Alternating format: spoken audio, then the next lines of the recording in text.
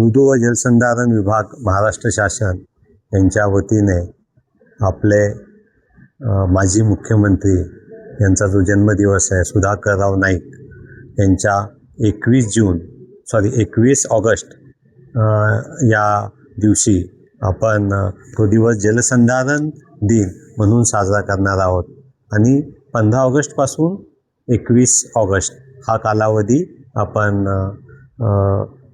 जो सप्ताह साजरा करणार आहे जल संवर्धन सप्ताह, तर त्या अनुषंगाने 15 ऑगस्टला माननीय पालकमंत्री महोदया यांच्या हस्ते मुख्य जे समारंभ आहे ज्या ठिकाणी ध्वजारोहण होणार आहे म्हणजे जिल्हाधिकारी कार्यालय या ठिकाणी, त्यानंतर सर्व उपस्थितांना जलसंधारणाच्या अनुषंगाने शपथ दिली जाणार आहे.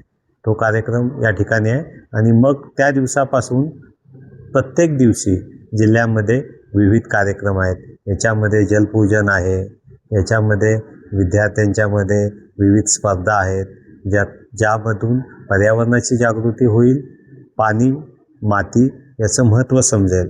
कारण याच्यामध्ये जे घोषवाक्य आहे ते पाणी अडवा, पाणी जिरवा आणि जलयुक्त महाराष्ट्र घडवा हे या सप्ताहाचं या जलसंधारण मोहिमेचं उद्दिष्ट आहे.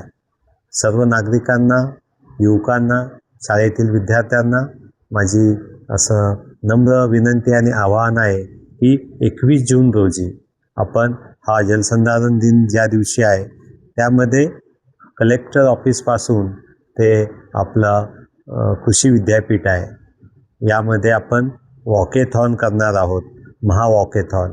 यामध्ये सर्वांनी उत्स्फूर्तपणे सहभागी व्हावं आणि ज्यामधून जनतेमध्ये हा एक संदेश जाणं गरजेचं आहे की पाणी अमूल्य आहे.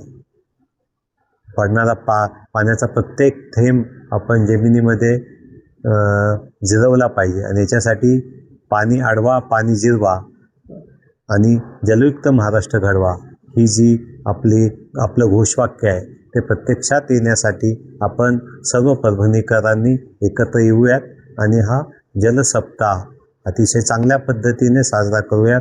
जलशपथही घेऊयात आणि या जोडीने आपण 21 तारखेला संपूर्ण जिल्ह्यामध्ये विद्यार्थ्यांचा मोठ्या प्रमाणात सहभाग घेतो आहे आणि इतरही सर्व सुज्ञ नागरिकांचा.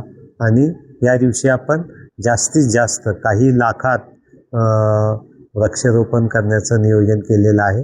त्यामध्ये प्रत्येक ग्रामपंचायतीने, प्रत्येक शाळेने, प्रत्येक विद्यार्थ्याने सहभागी व्हावं आणि जास्तीत जास्त वृक्षारोपण करावं.